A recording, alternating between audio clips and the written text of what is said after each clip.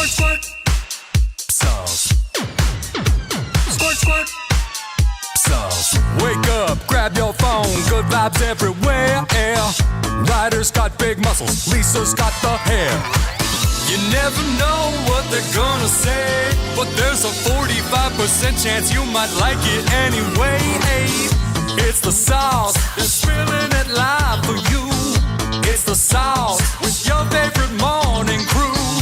It's the sauce, 2 hours will fly by. They don't know what they're doing, but they're gonna try. It's the sauce.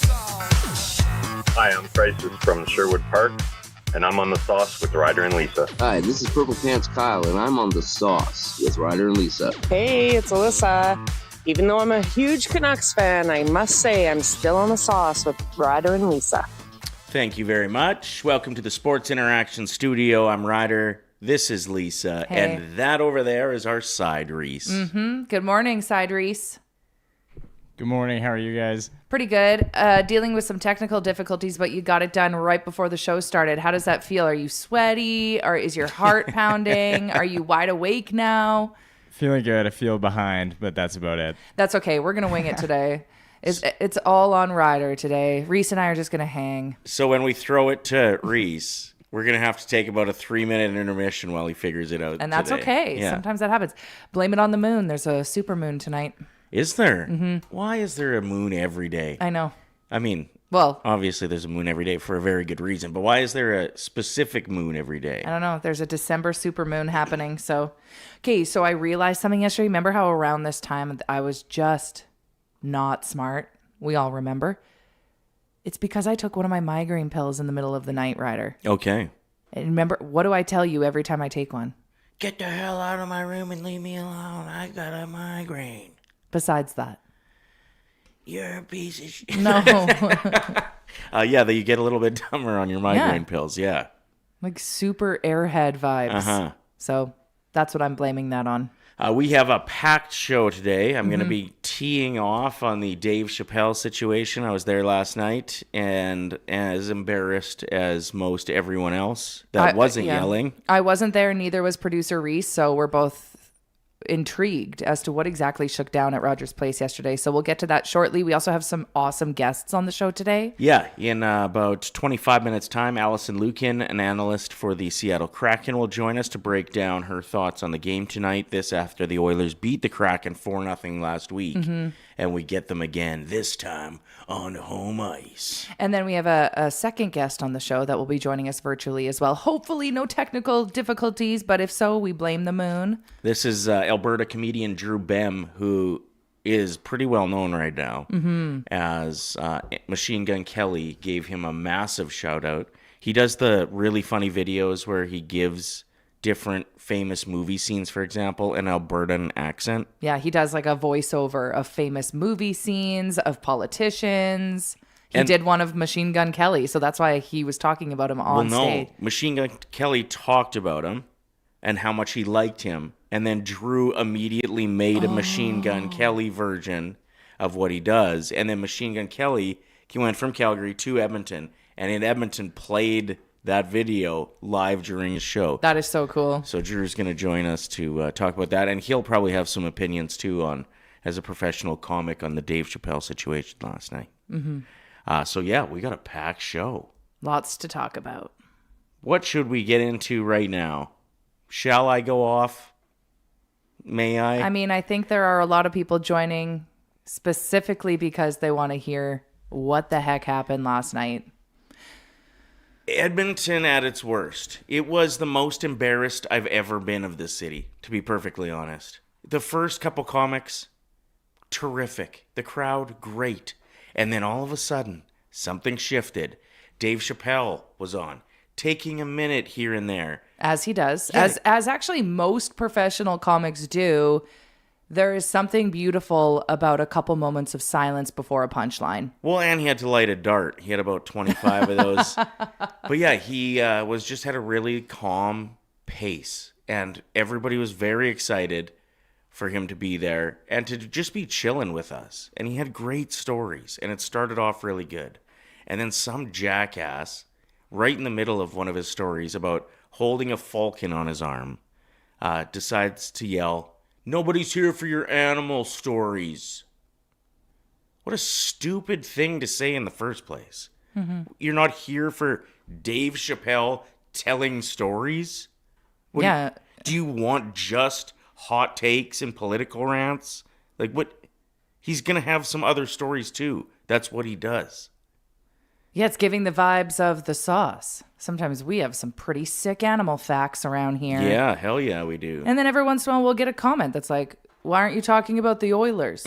Which, like, we are more of an experimental show here at the Oilers Nation headquarters. And we're having fun with it, and it's a good time. We got a perfect mix. But yeah, there's always going to be a comment. But yelling it out in public in front of thousands of people. The confidence and stupidity to think that anybody wants to hear you when they paid their good, hard-earned money to be there. For some people, this would have been their monthly entertainment budget. For some people, this was years in the making. I thought I'd have to travel to see Dave Chapelle. He was on my bucket list. But I thought I'd have to fly to New York to see him. He decides to come to Edmonton and genuinely grace us with his presence. Last goats. minute too. He just announced this less than a month ago. So Buddy yells this about the bird. It throws Dave off. Dave destroys the guy emotionally. Buddy ends up leaving. Like, I think Oh, really? kicked out. Okay. Dave said, like, at least go take a walk and think about what you've done. Oh, wow. Yeah, it was, he didn't want it, and nobody else there wanted it. So in that moment, you were like, okay, the heckler's done. We can move on. Because personally, can't stand hecklers. Yeah. It's not funny to me. If the comic doesn't talk to you, don't talk to them. If they talk to you, go ahead. Or if it's a show that's like about heckling, you'll see some of those occasionally. Then sure. I would never get a ticket to one of those, though. Like, that's just not entertainment in my mind. If you want to be heard at a comedy show, go do stand-up comedy. But don't go to somebody else's show and wreck it. You know how hard it is to craft that lengthy of a show? Like, Dave was probably going to do an hour. To come up with an hour by yourself on stage and try to hook people the whole time is truly an art. No, it's so hard. I've tried it myself. I could never do an hour. I can do 5 minutes max, and even then, it's like months of training. Right. And it's so hard. And you get halfway through a story and somebody interrupts you. It's so hard to get it back on the rails. You don't understand, I don't think, until you've done it, how hard it is to get back to where you were with the flow that was there before you were interrupted. So anyway, Buddy screws up and leaves. And I'm like, well, that's good that maybe everybody else knows now to shut the hell up. You want to yell that how much you love Dave Chapelle? Do it during the cheer breaks. There's numerous times where everybody's clapping after a punchline and like cheering. Let him know you love him then. He knows you love him. You got a ticket to his show. In the middle of his stories. And then all of a sudden, this takes off like wildfire. The last half of his set, he was pretty much just asking people to stop interrupting him. No, I bet he could not wait to get the hell out of this city. He was counting down how many minutes he had until his set was done and said, listen, either way, I'm getting my bag. He even sat there for a bit and didn't talk and said, you guys want to do this? Go ahead. Oh my gosh, it's like when your teacher is just done with the classroom and they sit there in silence. Yeah, it felt like a group project and the dumbass was running the show. Like, it was brutal. And there were mic issues as well. He wasn't as loud as I think a lot of people wanted. And imagine how frustrating that is. So you're already like fighting to hear him kind of and make a, like, you don't want to miss a thing. And then all of a sudden somebody yells and wrecks the whole damn thing. Everybody that I talked to, 99.9% of the people that were at Rogers Place last night were great. It doesn't matter. It's the couple of idiots that make our entire city look like a piece of garbage to someone like Dave Chapelle. He's never coming back here. Just a bunch of grade 10 graduates who felt the need to be heard. The pick-me energy. We see you, dumbass. Yeah, but shut up. But here's the thing is, like, it's being talked about so much that they're loving it. I bet today they're like, I am someone. that wrecked everybody's night out. But they love it. Like, people were getting babysitters, traveling from out of town to be there. Like I said, spending a lot of money. I bought a round of drinks for me and my buddies. $80 Yeah. for 4 drinks. Like, people are spending their money to be there, and we're getting an opportunity to see one of the best to ever do it. This is like if Tiger Woods was stepping up to a putt and the crowd goes silent. He has a chance to win a major golf tournament. And right before he putts, somebody goes, I love you, Tiger. Shut up. What are you doing? And it felt like there was somebody in every section. What? Just one bro in every section that felt the need to yell. And then women started yelling too, which I thought better of you. I thought you knew better. If you were at the Dave Chapelle show last night and you yelled, I hate you, unsubscribe from our channel. It's like if Leonardo da Vinci was half done painting the Mona Lisa and somebody came up and was like, I'm going to put a SpongeBob SquarePants sticker on this. That's what you're doing. I mean, This man, he's a master of his art. that'd be a pretty sick thing to have framed in your house, but I digress. Reese, we've got a couple speak pipe messages from others who were at the show. Do you want to pull up? There's one from Jacqueline in the speak pipe. If you have an opinion about anything ever that happens in the city, we want to hear from you. You can always leave us a voice note. It's speakpipe.com/Ryder and Lisa. Let's hear what Jacqueline. Sure, and then we'll go through some of the comments chat. that are rolling in. Yeah, yeah. Ooh, last night's Dave Chapelle show was definitely a disappointment, especially for my husband Sean, who loves Dave Chapelle. Watched the Dave Chapelle show, huge fan, bucket list to see him in person.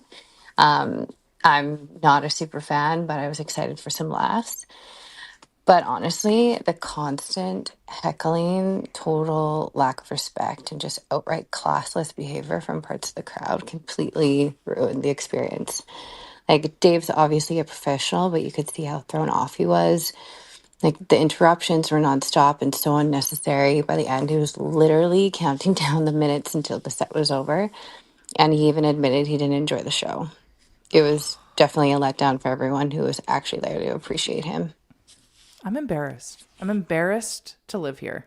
I can't And imagine. I would never say that, but this really sucks. It does. Like, I wish I would have paid to travel elsewhere to a city where people know how to take in a comedy show. I don't think I'm going to go to a stadium comedy show again. That's what somebody just said in the chat. Arena show comedy sucks compared to theater or club comedy. It is really hard to put on a good show. We've got another speak pipe message from Sean Pangs, who actually works here with us. He was at the show and he left us a voicemail as well. Let's get to that. Ooh, last night's Dave Chapelle show was definitely All good. Let's get to that in 5, 4, 3, 2. Nice moves. 1.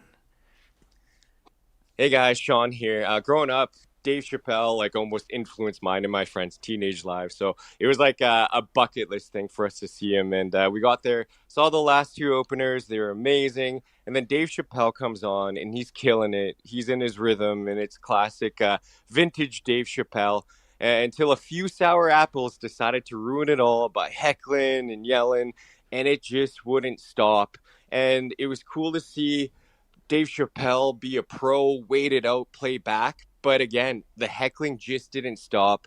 He didn't get the respect that he deserved to do his big and final joke to end the set. So to the hecklers out there who just wouldn't stop, do better. Just because you buy a ticket does not mean that you could do and say whatever you want.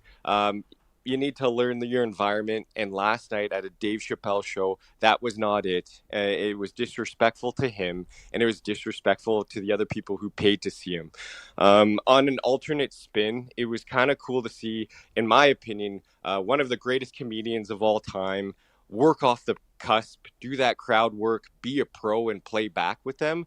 But again, it's unfortunate we just couldn't see him do his final, last final of his set. So Edmonton, to the hecklers, Please do better next time. Thanks, guys. Man, the amount of people that are using bucket list. Yeah. Well, he is. I know he is. This is brutal. And like your final joke is the big one. It's the mic drop. It's what comedians have worked so hard on. Mm-hmm. It's the joke. It's the joke. And he didn't even want to do it. He couldn't do it. He couldn't do it. That's brutal. He ended up just giving like a speech about how we all have to come together like as a community more. Like he wanted to get a strong message across before he left, but it wasn't even a joke. He just like gave up. Oh no. Yeah, that sucks. Anyway, it was the most, I'm going to say it again. Like this to me was equivalent to when I watched Vancouver burn after the Stanley Cup final. And I know Same that vibes. so many people there were so embarrassed that they were making international news, their city, for a few idiots. And I mean a lot of idiots in that situation. What do they say? You're only as good as the people you surround yourself with. So now we're all boxed into that. So thanks a lot, heckler. I wasn't even there, and I'm like, oh, Dave Chappelle hates me. I feel like there was an equal amount of embarrassment last night while I was sitting there. Like I had a guy over my shoulder, and even Dave at one point was like, if there's somebody that's yelling and interrupting me during my show, punch them in the ribs. That's how done he was. He was so frustrated. But like, if you turn to one of these grade 10 graduates and say, hey, can you keep it down? You're going to end up having to fight. Mm-hmm. Like these guys are jacked up on Red Bull and vodkas. It's their first night out this week, it appears. They're cocky and they're losers and they'll fight you. So like every other person just had to sit there and be like, just take shut it. up, Yeah. Chad. Okay, for the record, we do have a wonderful friend named Chad who also was upset with the crowd last night. Yeah. So it's not all Chads. It's not that Chad specifically, but I think people get what I'm talking about. Yeah. Okay, let's get to the chat and some people's opinion that was there. Spin Sugar said, this was my bucket list. Top 3 comedian to see live. I'm so disappointed. And zero appreciation for the storyteller that Chapelle is. Well, that's it. His pacing is so peaceful. Like It should be. he takes a minute, and that's an uncomfortable thing to do when you're on stage, is to just like It's risky. be there with the crowd. And as he's about to line her up for an absolute home run punchline, I'm sure somebody yells, look, my coach! A quote from the Dave Chappelle show in the early 2000s. And wasn't it Donald Rawlings that actually says it? It's not even him. Right. Who opened, by the way, and was so good. Cool. These are the same jackasses who throw their jerseys on the ice at Oilers games, says Sarah. Maybe. Just wasting money. Just throwing it away. Because hundreds of dollars wasted.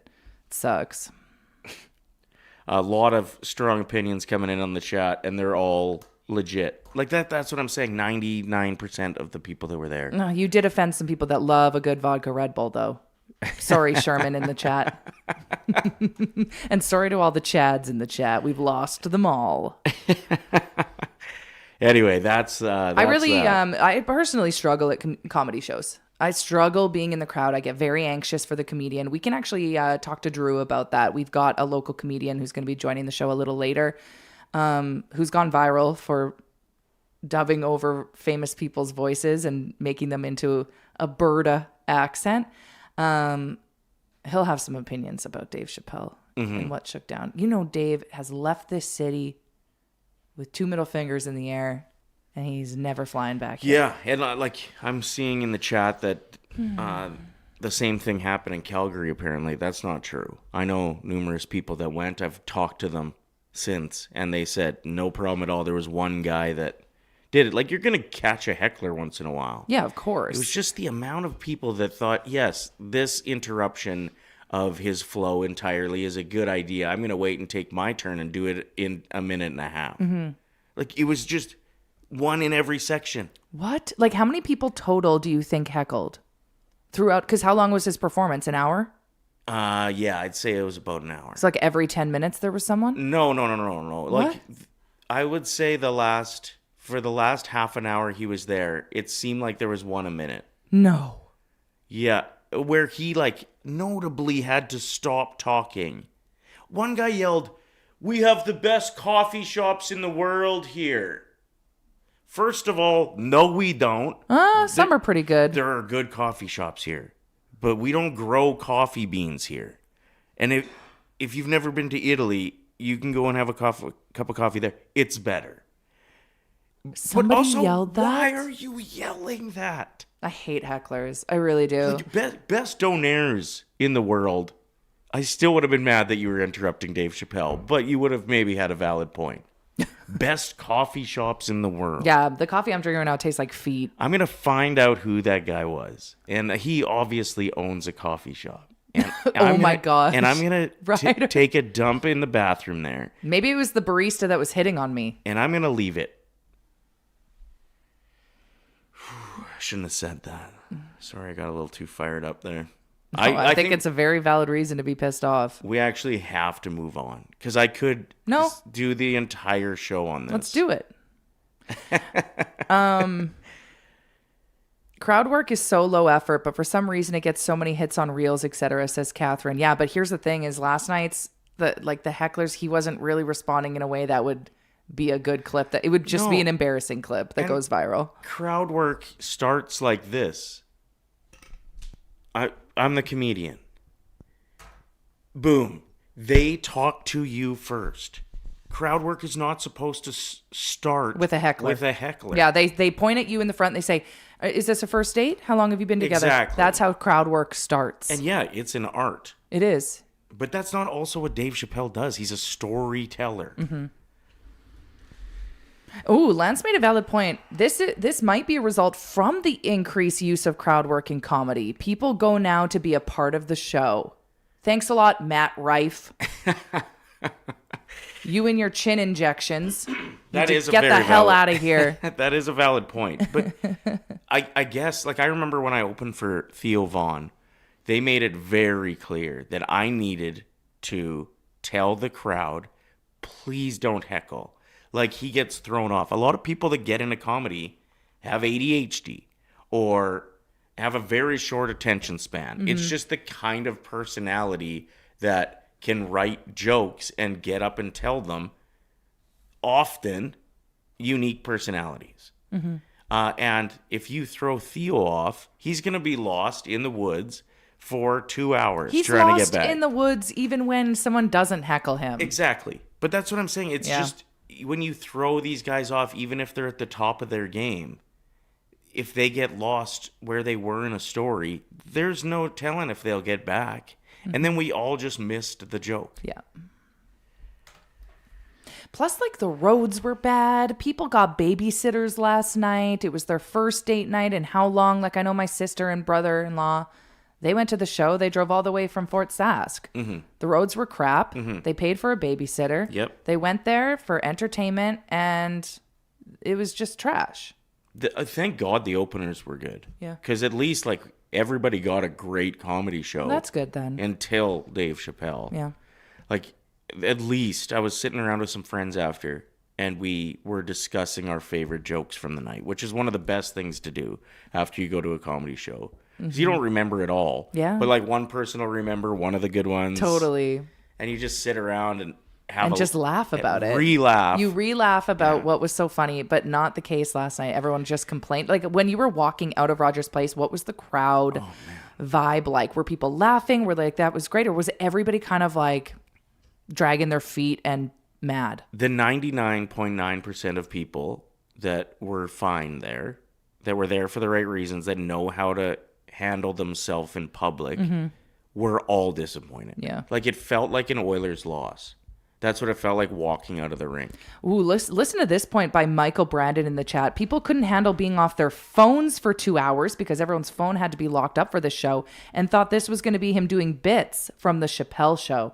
That is probably quite accurate, Michael, of people not knowing how to handle just enjoying a 2 hour long show without looking at their phone. Interesting. That is wild. So they get a little bored. What a they're not perspective. having that stimulation, and they decide to yell and hope that they're seen, get some endorphins. That is a really interesting point. Yeah, thank you for that. Because, even I went to the bathroom. My other buddy waited outside and held my jacket. And then I came out, and he's like, I don't know how to handle myself anymore without a phone. I don't know how to wait anymore without a phone. So, yeah, that's a really interesting point, actually. Anyway, if you were there and you tried your best to enjoy the show, shout out.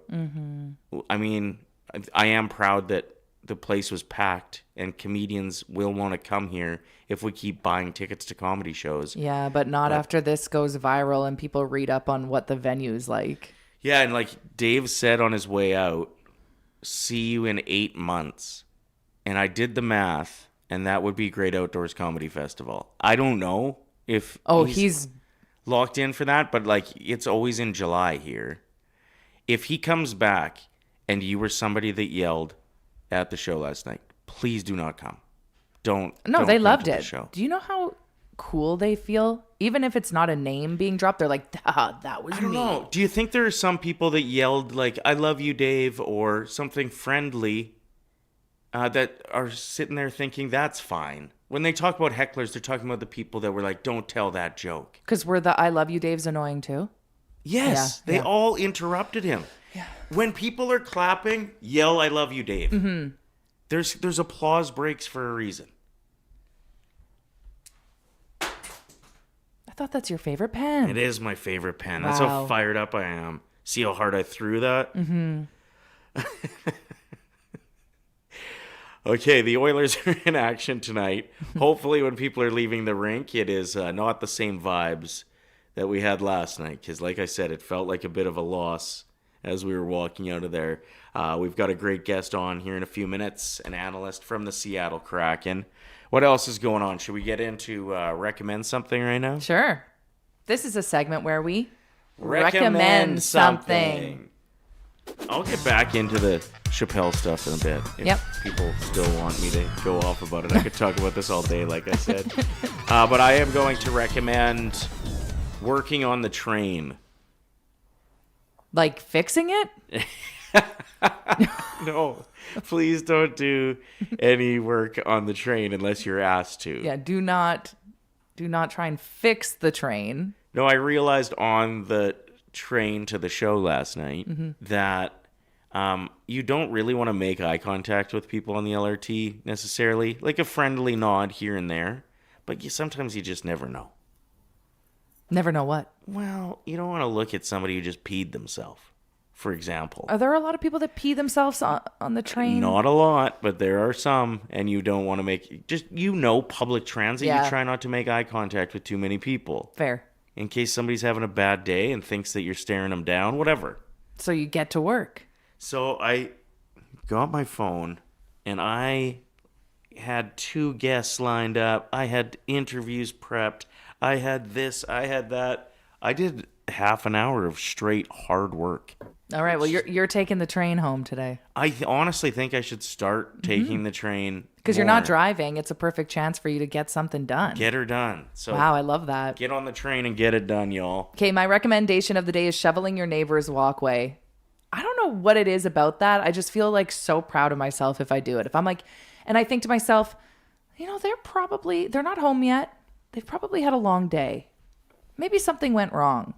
Maybe they're not in a very good mood today. And the last thing they want to do is come home after a long day of work and shovel. And it doesn't take that long. Mm-hmm. It adds like maybe a minute of work depending on the property you live on, I guess. If your neighbor has like a corner lot. Oh yeah, I'm not doing that. Don't. No. You can stop though. You can do You can do a little bit. Here's what I would have shoveled had you had a small, normal sized property. Yeah, and I think they'd appreciate that. Yeah. Unless they care about the shovel lines. Just stop right at the corner. Anyway, I shoveled the neighbor's walkway. And it felt good. So do it sometime. If you got like some elderly people in the neighborhood, shovel their driveway, their walkway. It's a great workout. But they do say if you're over the age of 45 and a man, specifically a man, okay, you're not supposed to shovel above the shoulders. That's why there's specific kinds of shovels now that have like the different shapes. Mm-hmm. So you don't have to lift it as high. because it can trigger a heart attack. We've talked about this before. I saw another video on TikTok warning men about this. Really? Yeah, I think it's quite common. What's so good about women's hearts? Dunno. They can just lift their hands above their head, no problem. I think we just ate a lot of Cheerios growing up as women. Don't you remember those commercials? It's like, it's good for your heart. Oh, okay. I was trying to think how you ate your Cheerios. No. Oh, I better be careful. It was just a joke. Yeah, careful. Don't lift your hands like that. Oh, no, I'm 43. Oh, you're good. I'm fine. Reese, do you have a recommendation for us today? I do. It is to go and subscribe to the Sauce YouTube page. Yes. Right. Brand new. I'm leaving the link in the chat right now for everybody to go click on, subscribe, come back. Show's still going to be going. Yeah, we'll still be here. We're going to be going live on there in just over a week. So not this Friday, tomorrow, but the next Friday, we'll be live on there. Not on the Oilers Nation here. YouTube. We're switching to the Sauce with Ryder and Lisa. That is where you're going to be able to find this show in a week's time. So get subscribed. And there's going to be some exclusive content over there as well. Got that right. Prizes, nude pictures of me in the tub. Yeah, but like I said exclusive. But like the bubbles will cover exactly. the private parts. Yeah. But it'll still be pretty hot. I wonder if YouTube will allow that. Just pictures in general. Normally it's videos. Getting some more messages in the chat here. One person, to go back to Dave Chapelle, says, Lance says, I don't understand. Were people like yelling random stuff or were they activists? No. Oh. It was just people looking for a dopamine hit. Just wanting some attention. Trying to be seen yelling random things. Also, circling back to taking the LRT, Oilers gal said, I take it daily to work and I stare at the same spot on the floor for the entire ride. It's true. It's like so awkward to make eye contact. It is. You got to be careful. You got to be careful out there. You never know what people are up to or going through, right? Mm-hmm. Exactly. That's why you should shovel their walkway. Mm-hmm. Good answers. Good brainstorming session there, everybody. And, of course, recommend something today brought to you by Acura. Southview Acura, to be precise. Family-owned and operated on Edmonton's south side, Southview Acura offers a premier selection of new and pre-owned Acuras and more, backed by expert service you can trust. Stop by today and discover why at Southview Acura, luxury meets reality. How about my driving on the way to work? Yeah, it was good. Can I complain? You go first. No. I don't want to mess with you today. You're already so fired up about Dave Chapelle. But I will say one thing. The wipers were a little too intense for me. Mm-hmm. For the amount of snow that was coming down, they were a little too wee. Like if it were me driving, it would have been like a wee. But when you were driving, it was like whoop whoop whoop whoop. Do you like my windshield wiper sounds? No. It felt like I was watching a kid's cartoon again.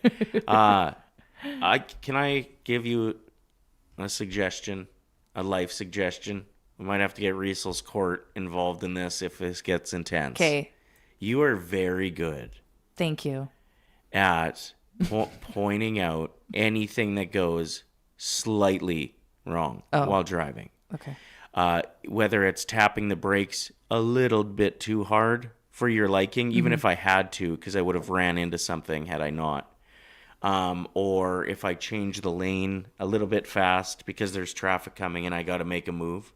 You're just really good at pointing out Thank you. everything that I've done that you believe is wrong. Thank you. But I have never heard you compliment anything that I've done. And I get you to and fro safely in winter driving conditions all the time. I've never failed you. I've gotten you where you needed to go. You do close your eyes in traffic circles. You kind of wing it. Anyway, maybe I'll react less harshly to your criticism if you mix in a compliment once in a while. Okay. Like, wow, you were the only person driving today that wasn't an idiot. Give me one of those once in a while. Okay. Thanks. Didn't even need Riesel's court. Don't need Riesel's corn. All right, let's check in with the chat. Who do we got? We got our guest ready to rip. Oh, awesome. I'm excited. She would have been checking in. She would have been like, what show am I going on right now? It looked like a therapy session. We are joined by an analyst for the Seattle Kraken, Alison Lukan. Thank you for checking out the sauce, and sorry that you had to be a part of that. I tell you, that is a heck of a way to start the morning, but I certainly enjoyed it all. It was good. Thank you. Awesome. So the Oilers took on the Kraken last week. It was a 4-0 win for Edmonton. Would you think that that's more of a positive to what Edmonton did, or was it some flaws that were pretty noticeable from Seattle that resulted in the 4-0 game? Yeah, it's probably a little bit of both, right? In that if you look at what Seattle is right now, they brought in new head coach Lane Lambert, obviously, and the focus has been defensive play. And what that means is that the offense has stumbled a little bit. They're great at keeping pucks out of their own net, but still work to do on getting pucks in their own net, and particularly on the power play. I mean, if you get 6 looks and can't convert, particularly, when you're facing off against just 3 Edmonton skaters, there's been a lot of work on special teams this past week. The Kraken had a few days off, and that's been a big focus. And PK too. I mean, you guys know very well the talent that's on that Oilers roster and that they can convert, but this group isn't happy with how that side of special teams performed either. So it's a tip of the hat to Edmonton. We all talk outside of Edmonton as well, that even when the record isn't what it is, that we expect them to wake up and push. So both sides, Edmonton being Edmonton and Seattle needing to be better. It felt like there was 2 turning points in the game, in my opinion. One was that 5-on-3 power play that Edmonton managed to kill.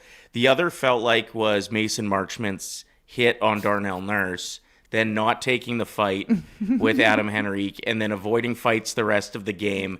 Do you think something like that is actually detrimental, that it kind of felt like it shifted and the aggression became part of Edmonton's game? And it was kind of, in my opinion, a huge point in the game. Yeah, I think it's a great point. And interestingly, Mason Marchment isn't on the trip, so he will not be playing tonight against the Oilers.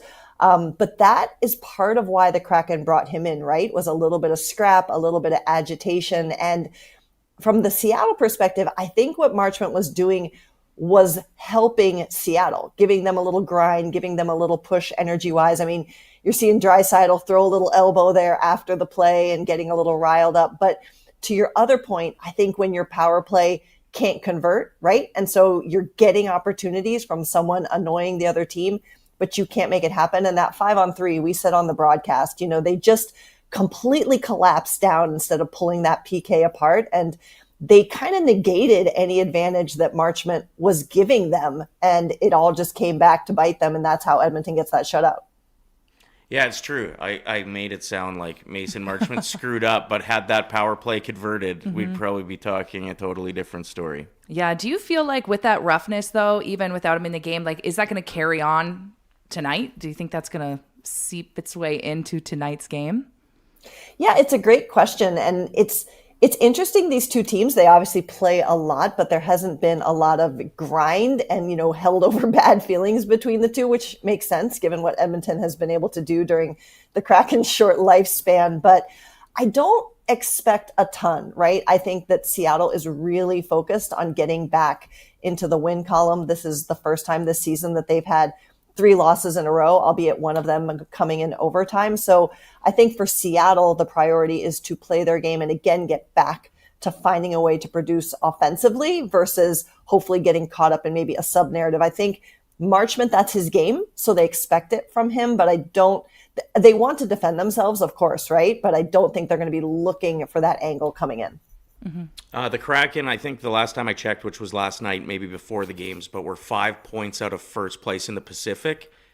After watching them as much as you do you feel like this team will remain maybe in the middle of the pack in the Pacific, or do they have a chance to climb the standings?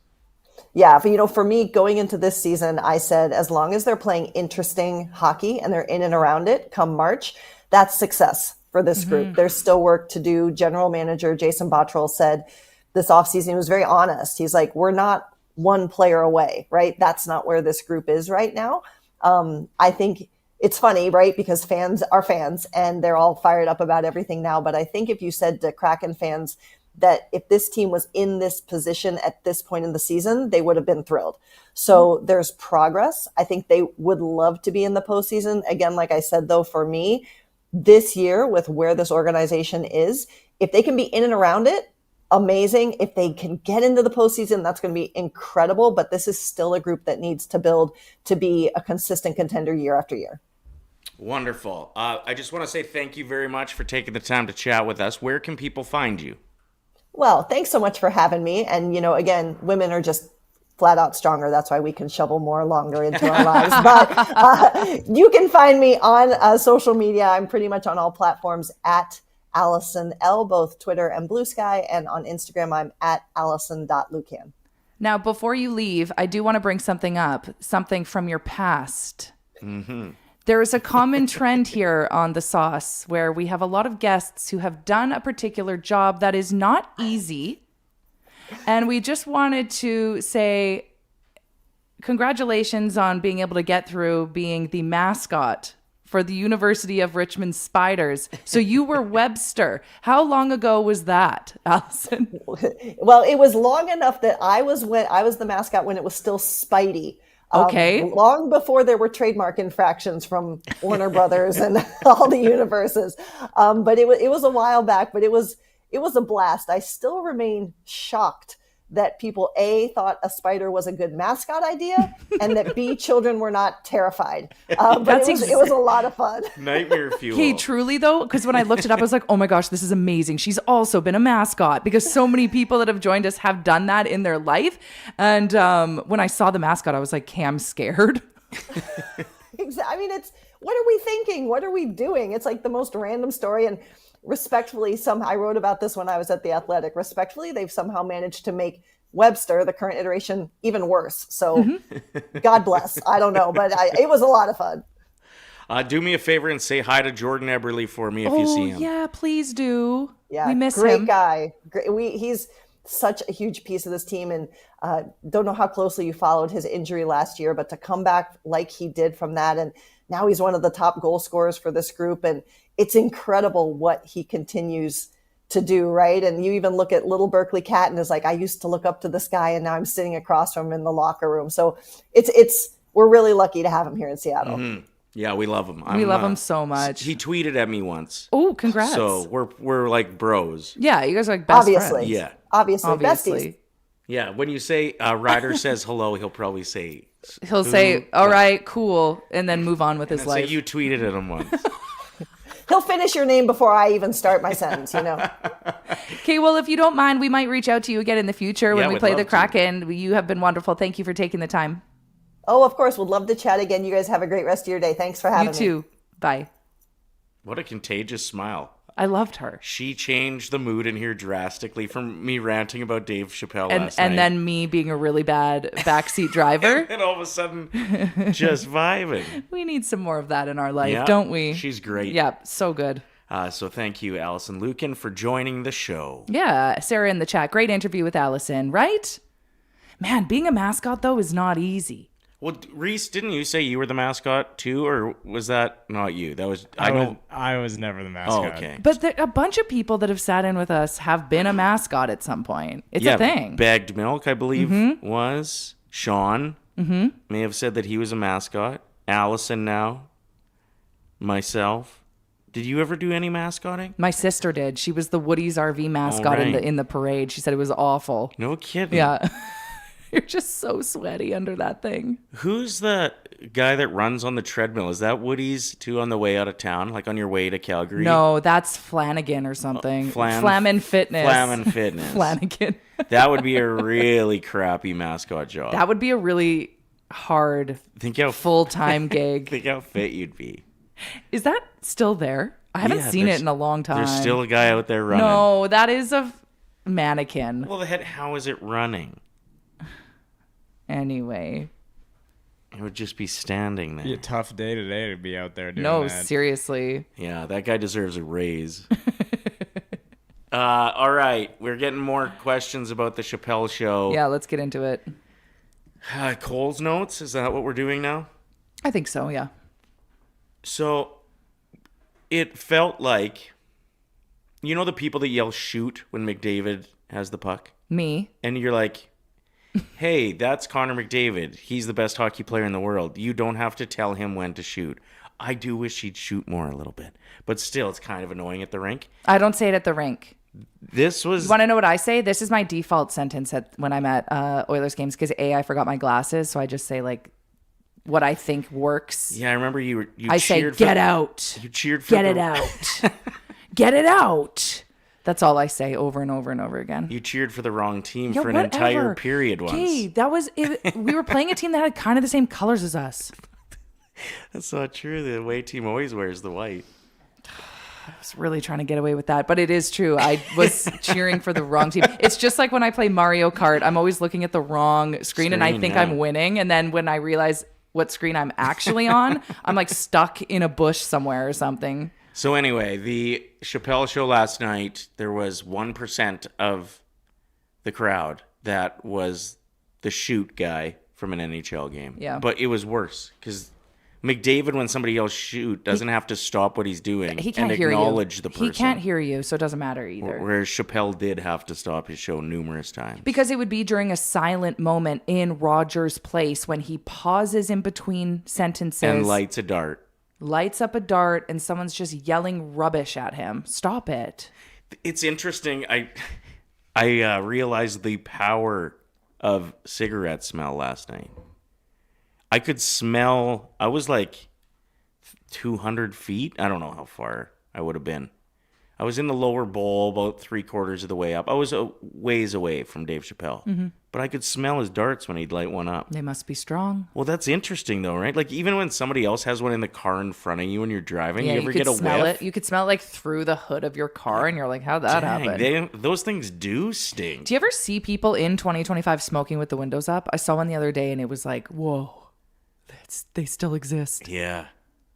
Windows up, darting in the car. We used to, one of the dads from my, one of the dads of the players that I grew up playing hockey with as a kid would drive us to games and smoke in the vehicle with the windows up. And at one point somebody's like, why are we so bad on the road? We can't win a road game. We were all absolutely gassed because we had pretty much been full-time smoking. You needed an inhaler. For the 45-minute drive to Turtleford. Everybody had a friend's parents that smoked a lot in front of you. Yeah. Like I had a friend that I grew up with that not only would her mom smoke in front of us, but she would smoke with the door open, going number 2 on the toilet, playing her Nintendo. Whoa, living. All of it at once.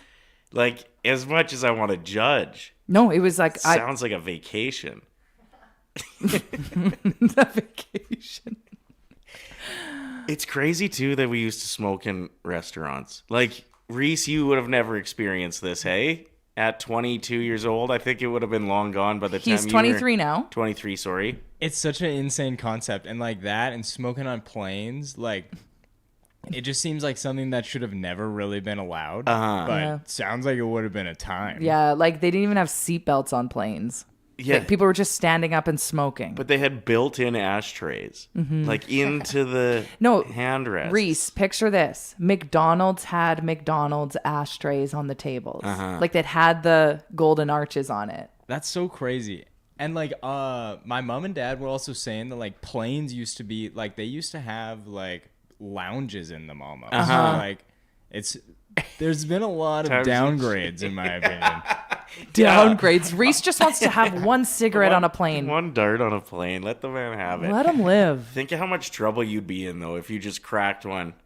Hey, if you just got one going on the plane. I'm going to smoke in here at some point during the show. I don't even smoke. Our set looks like somebody should. It looks like somebody's basement from the 70s. That would have had. We just need a shag carpet and a couple of darts. I worked at Kelsey's in Lloydminster, and there was a smoking section, and it was right next to the family section. No, literally, you'd go into Kelsey's on St. Albert Trail. It was our fancy night out as a family. Smoking or non-smoking. And you know my dad wanted to say smoking. Right. But he had his 3 daughters with him, so he'd say, non-smoking, please. And then we would sit directly beside the table of an elderly couple chain smoking for their entire meal. Just chain smoking and scratching lotto tickets. Exactly. Also feels like a vacation. Yeah, times have changed for the best, but Dave Chapelle still thinks it's 2001. God, imagine having that much power that you come into Rogers Place where you can't even leave for a smoke break during an Oilers game. Right.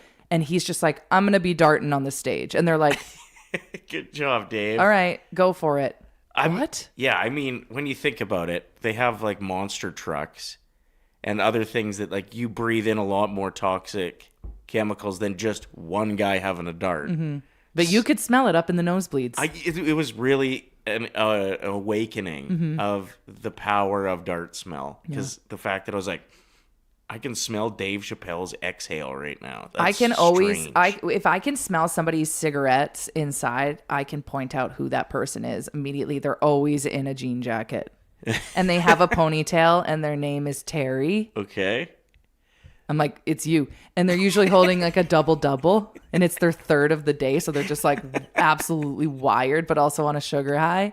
And I'm like, Terry, you've been darting?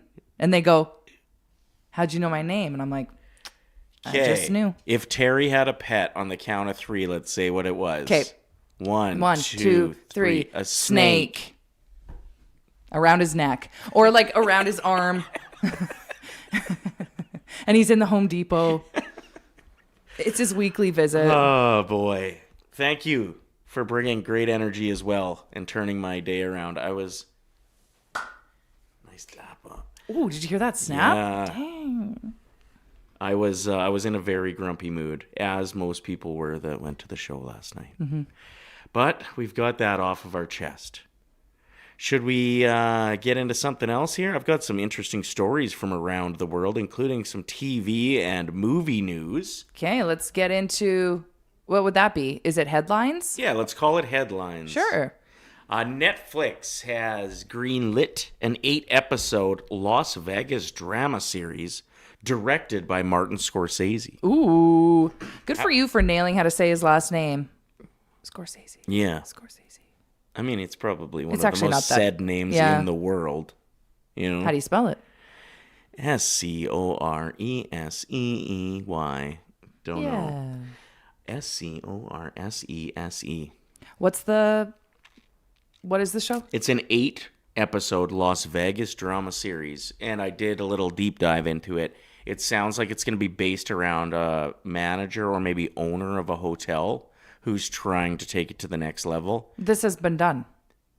Yeah, there was a show, And then Magic City, and it got canceled, and I was so mad because I needed to know what happened next, and it was just taken away from us. But I believe it was from like the 70s or 60s even. Yep.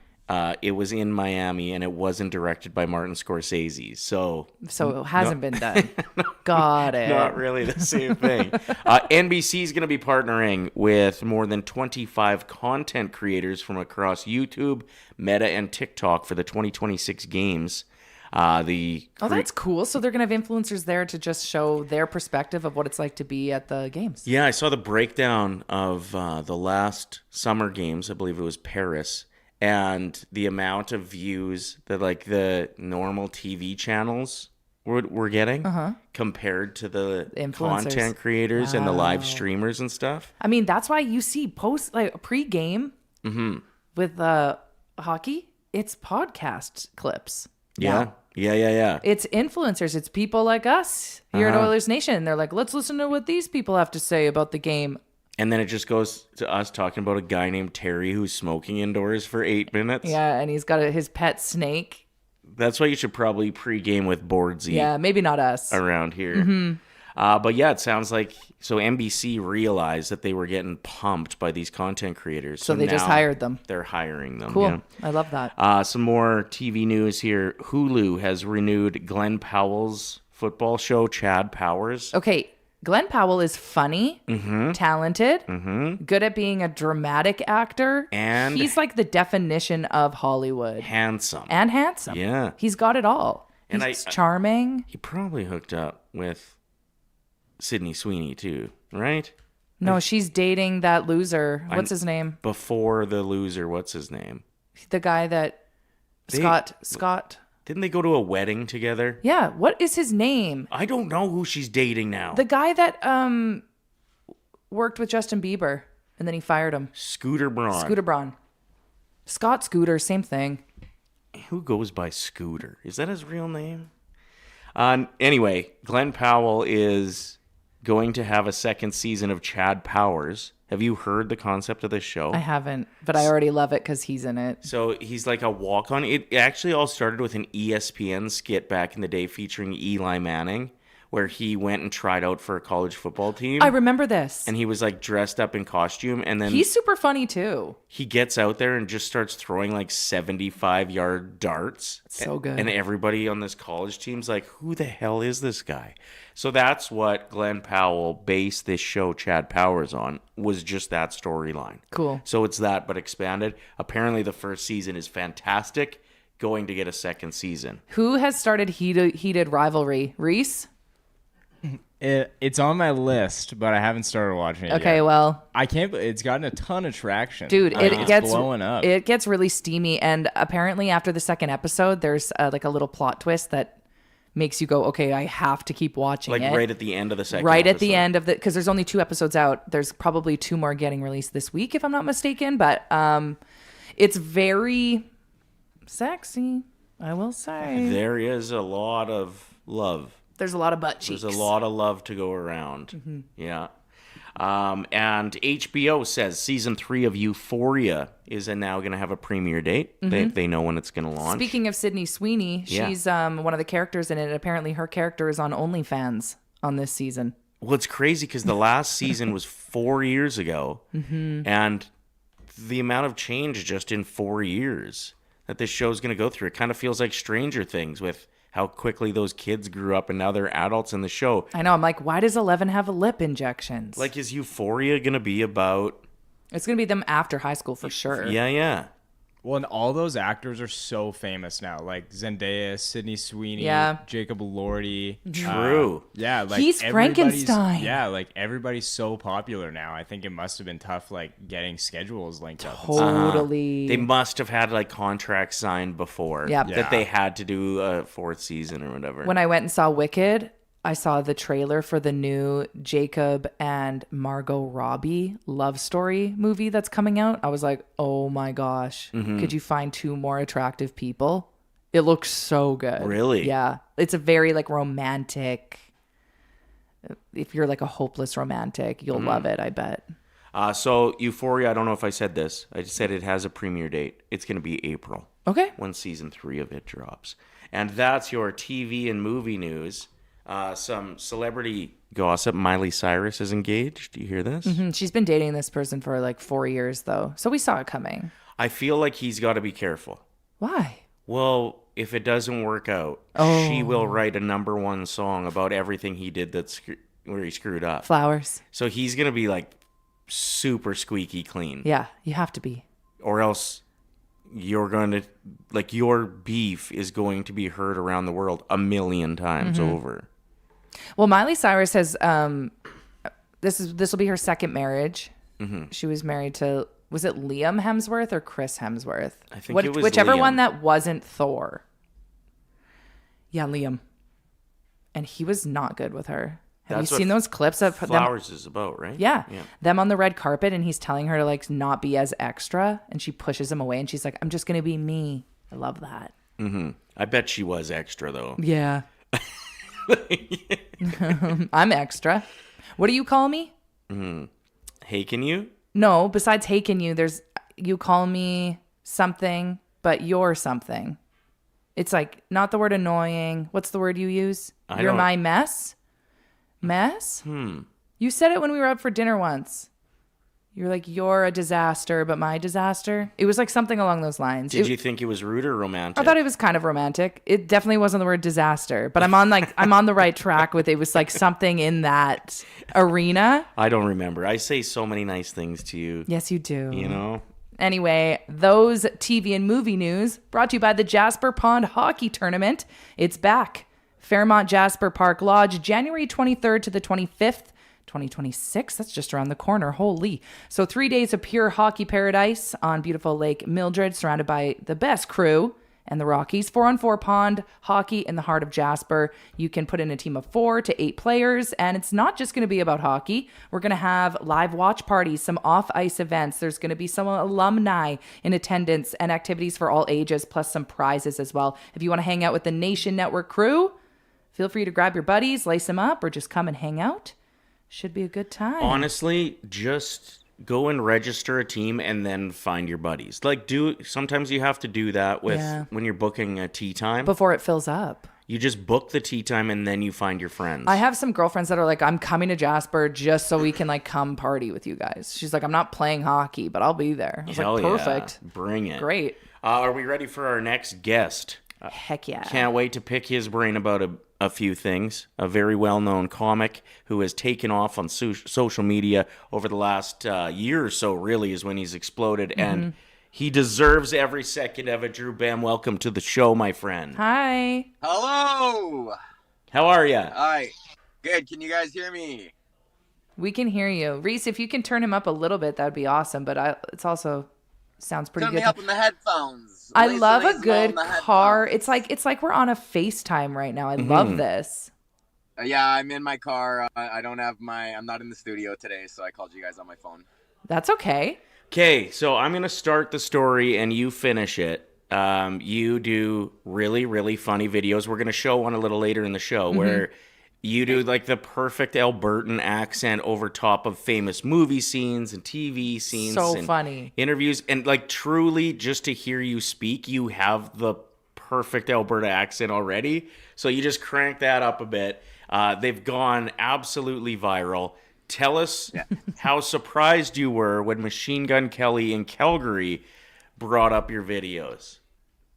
So yeah, I guess, I started doing the videos in April and I went super duper viral. And then somewhere along the way, Machine Gun Kelly just started following me. Like, you know how when like you open your Instagram some in the morning and then you'll see like one person has like liked like 40 of your videos and then started like that. I looked at him like, is that Machine Gun Kelly?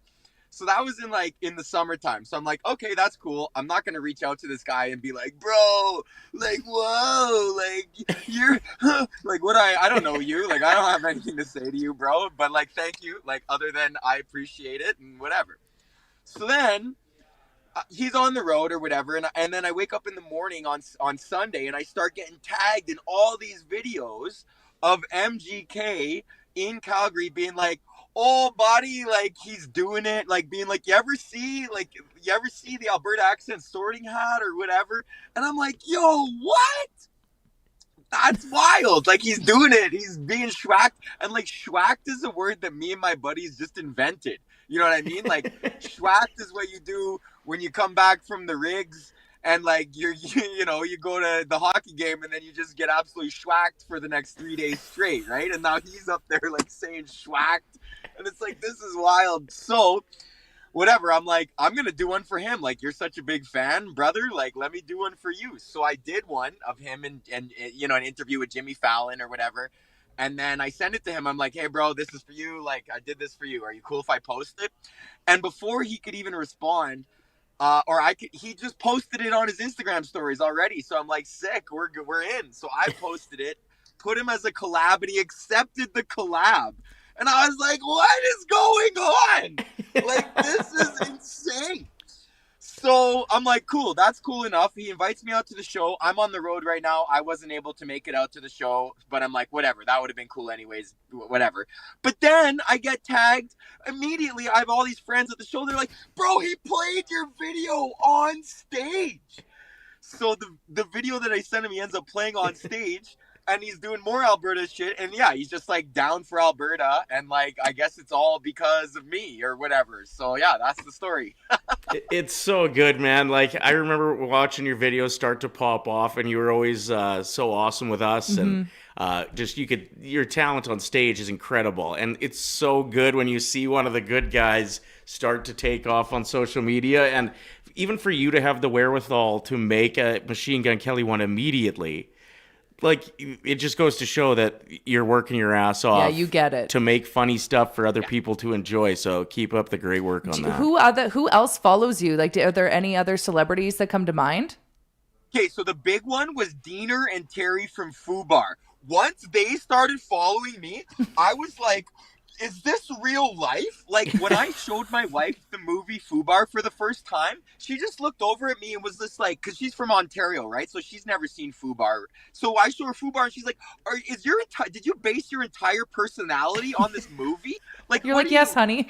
As you're drinking a Pilsner? Yeah. It's like, that's a two-liner. Buddy, I've been shotgunning Pilsner since I was like 14 because of these guys. You know what I mean? Like, this is... So Dieter and Terry start reaching out. Me and Dieter are like texting all the time. And I'm like, this Bubbles from Trailer Park Boys, even though he got himself a little hot water right now, I was like, yo, that was kind of sick though. Anyways, like, yeah, like Bubbles, you're canceled, but whatever.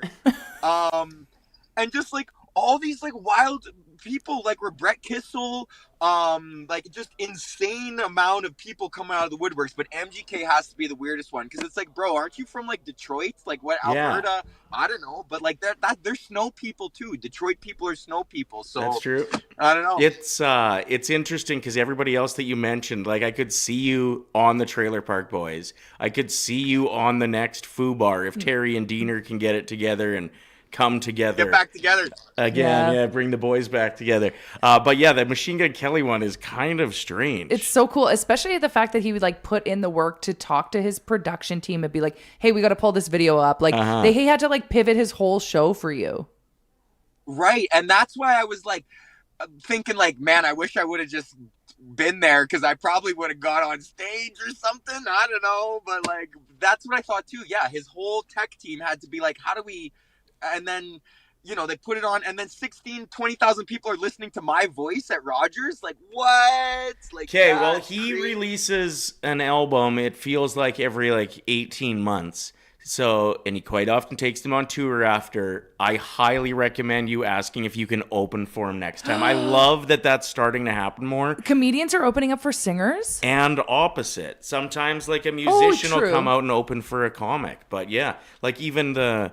Dave Chapelle, who we went to last night, we're going to talk to you about that in a second. He opened for the Taylor Hawkins tribute show in London. Right. And then I think Kevin Hart might have done or Chris Rock maybe, in LA for that same show. Drew, where are you? Like, where can people watch you do stand-up? Because you're not in Edmonton. No, well, so I'm from Edmonton, born and raised Northside 118. Watch out. So I'm a Northside boy, born and raised, but I actually live in Toronto now, just with like acting and voice acting and comedy and like all that sort of stuff. But I'm on the road all the time. I actually have I was just in Edmonton and Calgary, but I have a huge 2026 cross Canada tour that's going to drop like in the new year. So January, we've got like a whole month. I can, kind of tease it a bit. We got a whole month in Saskatchewan. We got a whole month in Alberta. We got a whole month in BC. And then I'm going to go out to the East Coast as well, too. So it's like 2026 is going to be like this massive tour. DrewBehm.com/tickets for tickets. And yeah, so it's really just keeping up on my socials. And like I said, this whole thing kind of popped off. I've been a local comic like Sterling Scott Belford. Like these are my guys. Like these are guys I came up with, right? And like, we were all kind of like, in this Edmonton scene. And now I have this opportunity with social media and Instagram to kind of, like we're bringing this thing home now, like I was started at the Druid and now we're coming to Rogers. Like that's the plan, It's so awesome too. Cause you look at the three comics that you just mentioned and Scott Belford, who's been on the show before, has a great podcast about the Blue Jays. The Walk Off podcast. It does very well. Sterling Scott obviously has a great comedy career, but ended up getting the golden buzzer at Canada's Got Talent. Like all of you have these awesome stories. And he's got the Color Me Comedy Festival that he now runs that just kicked off this year, and you guys are all just crushing it. And Edmonton has such a great comedy scene. Like truly, if you are watching this right now and you haven't gone out on a weeknight for a date night, go watch some stand-up. It's so good. There's so many amazing comics that are going to be hopefully in your position at some point in the future if they keep it up. So congratulations. And what's your Instagram that people can follow, Drew? It's just my name, at Drew Behm, Behm. And yeah, that's Drew Behm Comedy on everything else, but just type in Drew Behm and I'll pop up. So you weren't at the show, obviously, for Dave Chapelle last night. Have you heard what everyone's talking about today? Well, I heard a little bit of talk that there was, Donnell absolutely killed it, I guess. Like Donnell Rawlings Like, but he's like one of the best crushed comics it. ever of all time.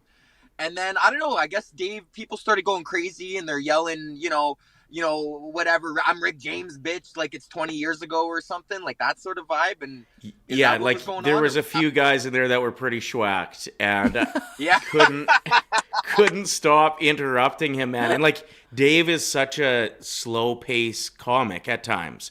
Like he'll in the middle of a story stop, light a dart on stage, and then get back into his story.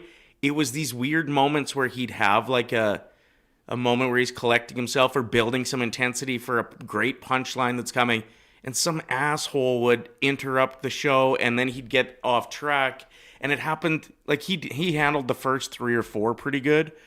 There was some guy that yelled like, "We have the best coffee shops in the world here." Just losers, man. Like, Can you out imagine? of nowhere. And then he had to stop his show and be like, "Sorry, the floor is yours. You have the best coffee shops in the world in Edmonton." It was the worst, man. Everybody left that show last night disappointed. Yeah. It felt like after an Oilers playoff loss. Can I make a comment on that? Yes. And as much as I love how big stand-up is right now, right? Joe Rogan, Universe, like everyone is doing arenas now. Louis C.K., Nate Bargatze, Theo Vaughn. Everyone's doing arenas. But in my personal opinion, an arena is not the venue for stand-up comedy. There's just too much chaos. 16,000 people actively listening to one person speak at the same time is just impossible. It's statistically impossible.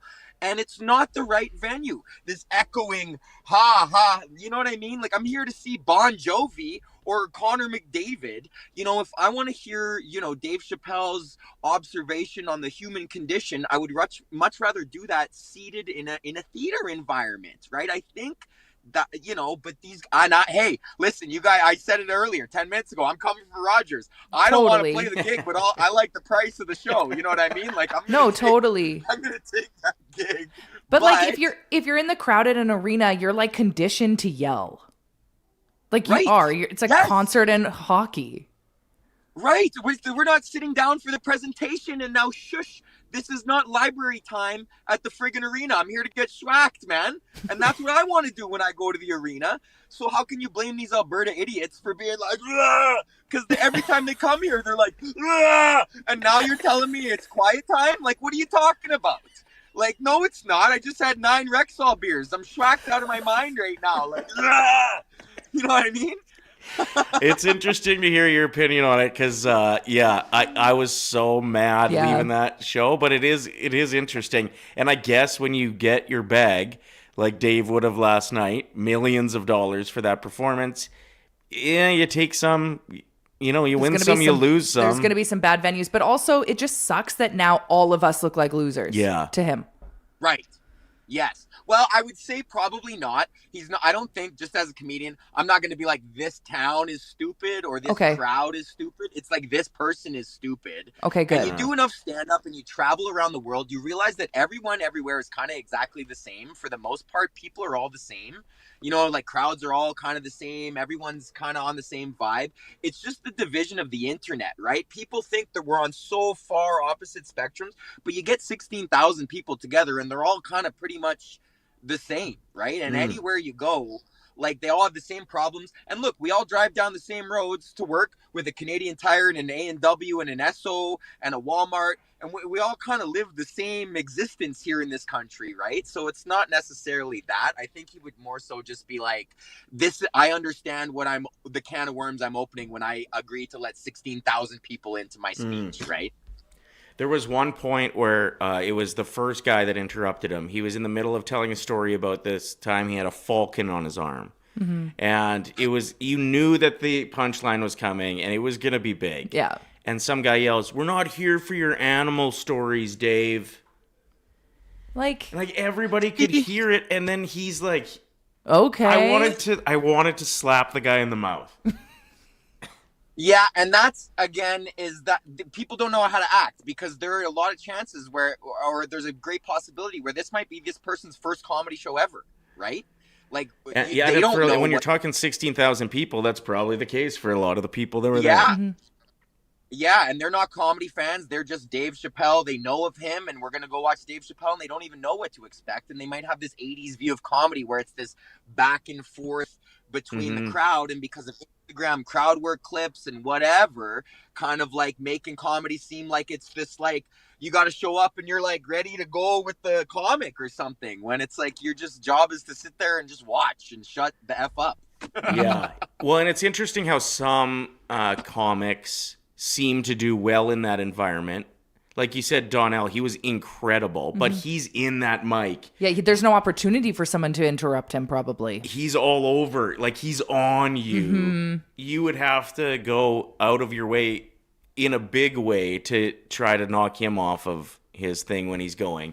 And like, I've seen Jimmy Carr, and he's so good no matter the crowd size, but he's got constantly moving parts and quick punchlines, and you got to like stay on it or you miss it. It's the storyteller comics that maybe have a rough time with arena shows. We had somebody in our chat today, Drew, that said it's because their theory is because Rogers Place makes you lock your phone up, so you have no access to that dopamine hit of like scrolling your phone and like having the habit of looking. So he's like, I think people didn't know how to handle sitting silently for 2 hours. You know what's so crazy is this generation calls it raw dogging. Isn't that insane? What? I'll tell you, we're all the same age. Raw dogging was something completely different in the early 2000s. I'll tell you that much. Yeah, imagine hearing a teacher say it. Yeah, like you're. That's the best. Oh, man, one more time where people can find you, and when you're coming through town for your Cross Canada comedy tour, you're coming and sitting in for a full show with us. 1000%. Yeah. So Drew Behm, Behm, on Instagram. You've probably seen my Alberta accent videos, drewbehm.com/tickets for tickets. Sign up for my mailing list. I'll give you a free Berta merch pack with a beer opener, some stickers, bookmarks, and a guitar pick. Completely free. So sign up for my mailing list. You'll know exactly when I'm coming to your town. And you guys are awesome. Congratulations. And I always knew I always knew you guys were bumping uglies. You trying to trick everybody like you guys are some kind of will they, won't they? I was like, bro, how can you live together and not be whatever? I don't know what I'm allowed to say for this video, but I think you guys are banging. Well, thank you. You're the best. We're about to air one of your clips for those who are in the chat and watching the live stream to see what you're all about. Thank you so much, and we're so excited to have you here in the studio. Thank you, Drew. Yes. Thanks, guys. Bye. You're the best. Talk have soon, a great day. Yeah. What an absolute beauty. We've had some great guests on this show. What I love about his Alberta accent is it is so real. He's not faking that at all. No. Born and raised, what did he say? Northside, 118th? That's right. Shout out.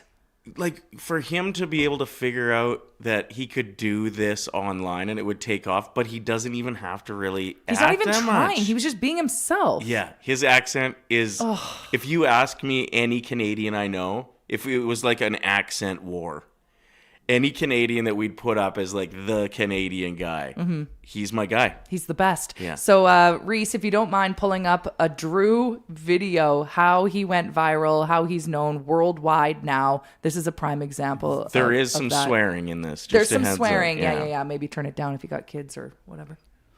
Can't stop doing it. There's no fucking nights off, buddy. Goddamn fucking A. We're fucking beauties, fucking Monday, but you got the goddamn night off, and we're gonna. They're trying to interrupt me to stop me from fucking shining here in Alberta real quick. But hold on. One of the best moments of my Canadian career happened last night when this guy I follow on Instagram made a video of me in your native tongue. We have to watch. Like, I've been telling you this for years. If you can go out and party with the boys, you can get up and fucking work with the men. I don't think I would mind. God, you couldn't do 21 and 3, buddy. Fucking New York City slicker, man. What the fuck? I don't know. I don't think I would. Oh, and then he goes right into a song. How good is that? And then he's still doing the Berta accent on stage. That is so epic. So that's Drew, who we just had on, that does those videos that MGK fell in love with. Mm-hmm. He just does voiceovers of famous people. And the one of him doing the sorting hats from Harry Potter is 10 out of 10 comedy. Actually, I might have sent that one to Reese. I think we have that one ready to go. Yeah, here. Reese, if you have that ready, no pressure if you're not ready for that. We'll get to the chat. Let's check in with people that have been contributing. I have not been able to check this chat room out as much as I want to. Great guest. Absolutely love this guy. Absolutely love him. He's so real for that. Calling out Ryder and Lisa. That's good. This guy rocks. The best.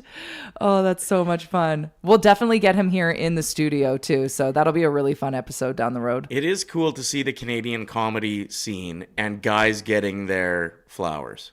Like, 100%. It's nice to see him get his flowers. It's nice to see Sterling and Scott and like... And you're putting in the work too, going out on weeknights and staying out late. Like doing comedy is, you are hustling. You are out on weeknights trying to sell tickets to your show. You're out till midnight. It's a lot of work. Yeah, and it feels like there's a few guys that get to that, like could sell out 100,000 seats if there was a place that had that. There's some amazing local comments. Lisa Baker, if you don't know who that is, she is so funny. We'll absolutely get her on the show. We should. What the heck are we waiting for? For sure. Definitely get Lisa on. She's so funny. All right, Reese is ready to roll. This is the Alberta accent Harry Potter edition. Yeah. Not Slytherin, eh? Well, fuck, you know, those guys work pretty hard, man. Like 24 on, 3 off, make serious fucking bank, bro. Like, I'm talking like $38 an hour swamping. You could get a new skidoo after like one fucking paycheck. But you know, whatever, if you're not fucking down for that, then straight to the fucking Mac with you, buddy. It's so stupid, but it's so good. Sorry about the swears. That was a lot of them. That was a lot of F-bombs in a short amount of time. That's Drew's fault. It's Blame not us. him. It wasn't us. No. We are still your Miss Rachel every weekday morning, right? We're little angels. Yeah. Yeah. There are some people that leave our show on for their dogs. Mm-hmm. I'd like to And apologize cats. to the dogs and cats as well. There's some cats and maybe some goldfish. And a snake. And Terry with his snake and his pack of darts. Let us get into the 3 stars of anything next. You ready for that? I am so ready for this, and I'm excited about today. Who won yesterday? I'm so bad at remembering. I did. You did? Yeah. About time. There's only 3 of us. Don't make it sound like it's a huge deal that I got a point. Ryder, you're way behind us. It could be an athlete, snacks, or cars. It's time we pick our 3 stars of anything. Today, the top 3 nostalgic smells from your childhood. Terry and his darts. And this race to 10 could end today with a Reese win. Mm-hmm. And then we launch a new one with wagers as of as soon as this one wraps up. Okay, when this one wraps up, should we announce today what the loser has to do, or should we tease it and reveal it tomorrow on the show? I think we reveal it when it's ready to rip. It's when we're ready to launch. Every person here at Oilers Nation that we have told they are like full belly laughing. I did mention it on the show yesterday. You did? Yeah, that's where it first came up. Okay, well, if you remember, good for you and your memory, but we're not bringing it up again until tomorrow. If you know, you know. Well, what if I keep winning? It might not happen for 5 days. I'm way back. Reese has 9, Lisa 8.5, and I have 4.5. Well, we'll see who wins today, I guess. I guess we will. You're first. We are doing the top 3 stars smells from our childhood, right? Mm-hmm. My first overall choice is going to be the smell of the pool in a hotel lobby. Ooh. When you know you're about to throw down on those water slides. Have you ever gone to one and it didn't have a slide? Yeah. The worst. Or like didn't have a pool. Didn't have a pool? Get me out of this hellhole. Like, what are we, broke, Mom and Dad? Get a hotel with a pool. Reese, what is a nostalgic smell from your childhood? Hopefully relatable with the saucers in the chat who will be voting at the end of this. Hopefully it is relatable. My first choice is going to be freshly sharpened pencils. You go up to the sharpener, start twisting it, get a good little whiff. That's when you got Those to guys. like walk past your crush's desk too. Exactly. And then you sharpen it with intention. Yes. Yeah, you flex while you're doing it. Like, what's up, Becky? You kind of like pop your butt out a little bit, make it really count. Okay, my first one is the smell of Play-Doh. That's all. I have nothing else to say. Okay, kind of everyone's. It's kind of a potato smell, isn't it? Play-Doh smells like potatoes. Did you ever lick it? Play-Doh? Very salty. I know. So I've heard. Was it good? Dunno. You were a Play-Doh eater. No, I wasn't. You were a glue eater. No, for I wasn't. sure. I would put glue on my hand and let it dry and peel it off. And then eat it. No, never ate it. Next up, with my second choice for nostalgic smells, CK1. You still wear CK1. I do it once in a while because it brings the old birds back. They like it. The old birds. Yeah. It makes them go. Women in their 40s, that's not old. The same age as me, but they'll catch a whiff of CK1 and it'll bring them right back to the first time they fell in love by the lockers. Okay. Is it my turn? No, it's Reese's turn. It's Reese's second overall choice turn, yeah. My second overall pick, you know how grandma's always wearing that perfume that you can just smell from like a mile away? Yes. And when she leaves the room, you can still smell it for like 30 minutes. Or she'll hug you and then you And smell then you like it smell for the whole day. Yeah. Yes. That is my nostalgic smell. I It's love grandma's that. perfume. And then she'd always make you kiss her on the lips, but she'd lick her lips first. What was up with that? Yeah. What's up with grandmas? What's up with that? Classic grandma. Lance says the smell of 10 different Axe body sprays in the boys' locker room after gym Hilarious. class. It's true. It's a good thing nobody lit a lighter. It's a good thing Dave Chapelle wasn't in there smoking or like it would have exploded. Yeah, or what about Hawaiian ginger? That was such a popular scent back in the day. It was from Walmart, super cheap. These are not picks though, right? These are not picks. These are just honorable mentions, I guess. QF Pro says fall fair kettle corn. I love how specific so people are. specific. Uh-huh. Okay, my second nostalgic smell from childhood, smelly markers. What is better than that? What is better? You were definitely a glue eater. I wasn't, although I will say I was a little bit experimental with these items. Okay, I'll admit it. I licked some Play-Doh back in my day. And with the smelly markers, I would put it on like lipstick. The blue one. Yeah. You were a glue eater. No, I wasn't. And my third choice is, it wasn't a great smell, but it'll bring you back. The boot room. Remember the boot room and the like how pungent it was? Everybody's shoes were wet. Stinky feet. And kids are just running around sweating, wearing the same socks for a week. Ew, there was always someone wearing the same socks. Like, you think the long socks kids were washing those every day? What are long socks kids? The kids that wear their like long socks over top of their pants. There's like one in every grade. It's like the purple socks kid from Harriet the Spy. Yeah, they're not washing He those. was bullied for those in her book. And like the hormones of that age group, like the grade 6 kids all smell like pee for some reason. Anyway, the boot room has a very distinct, the rubber of the boots. Mm-hmm. That's my third pick. The smell of the dirt that was picked up while walking in, mixed with Grass snow. stains. Mixed with snow. Mm-hmm. I think I just won. Okay, Reese, what is your third pick for 3 nostalgic smells from childhood? My final selection, it might be a little bit generic, I guess, but scratch and sniff stickers. Forgot about Haven't those. heard of these things in forever, but what an advancement in Scientology. Seriously. Or not Scientology. In science, Scientology.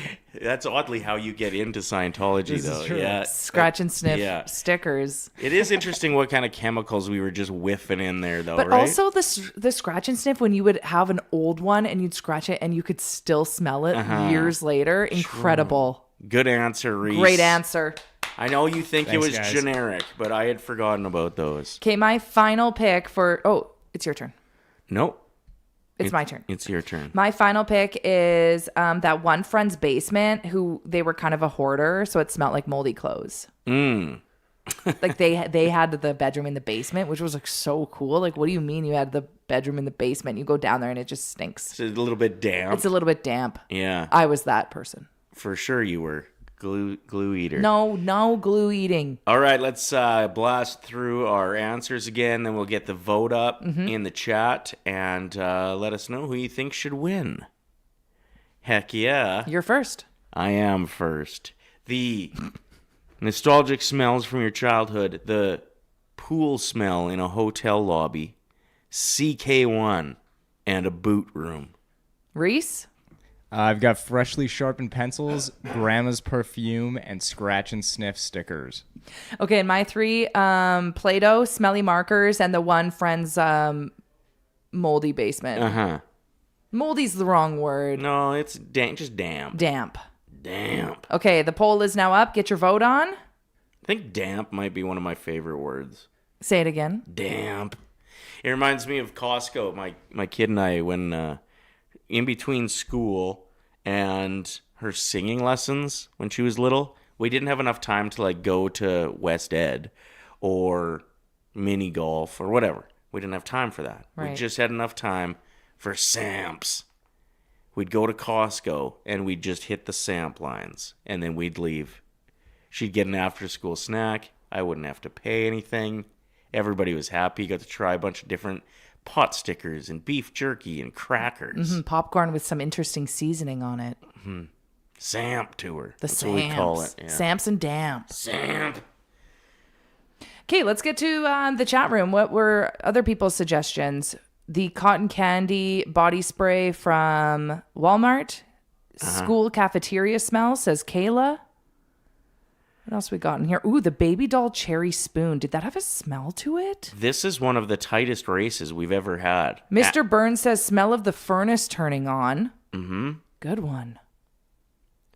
Lance says good pull, Reese. I think he meant with the scratch and sniff stickers. The scratch and sniff really sent it. And you know what it reminded me of? Do you remember when you would get a magazine and there were the little samples of perfume in it and you just peel it open and smell it? And you like rub it on your neck to kind of test it out. That was a genius move by perfume companies. Totally. Really smart. So smart. Yeah.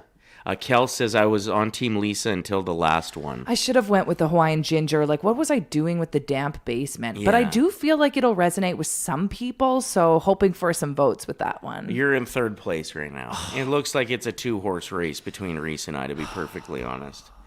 33 votes are We've been calculated. around long enough now that we know this thing can switch on a dime. That's very true. There's only 33 votes so far, so you still have time to switch it up.